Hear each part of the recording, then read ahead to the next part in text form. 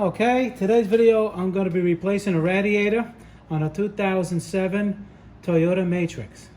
It's also the Corolla, and the Camry is basically almost the same, but this is a Matrix. Okay, the first thing you want to do, okay, is lift the car up a little bit, jack it up, and there's a drain plug right in here. Everything's already loose, so you guys don't watch me fiddling around with everything. And you drain it right here. I'm going to take it out and show you.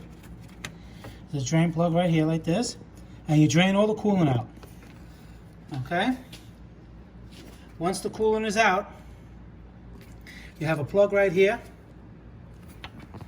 the fan plug right here. You take that plug out, set it aside. Okay? Now you have two 10mm bolts, one here and one on this side, right there. Okay, you take those two 10mm bolts out, and this is basically the fan and the coolant tank in one. And right here, you just disconnect the overflow right here, and this whole thing comes right out. You see? Very simple. You set that to the side. Okay, you have a clamp right here. It could be a screw clamp or a friction clamp. You take it off, all right, and move it out of the way. Okay, same thing with the bottom one. There's a clamp for the bottom hose. You take it off.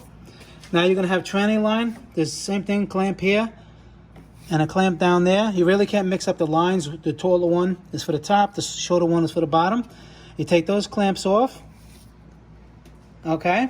Then you're gonna have over here, 12mm, one, and 12mm two. You just take these off, okay? And then the radiator is ready to come out. You take it out, and a quick note is never buy a $30 or $40 aftermarket radiator, Chinese radiator, or like that. This one failed. Look at the side over here.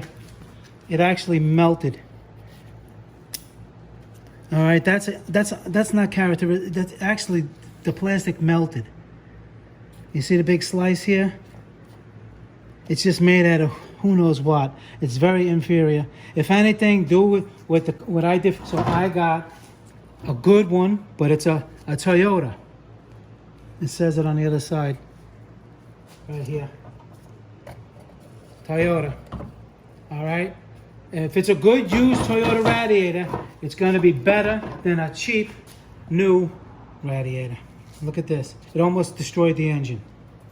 All right? And basically, you just drop the new one in and just, reverse the removal procedure, and you'll be done.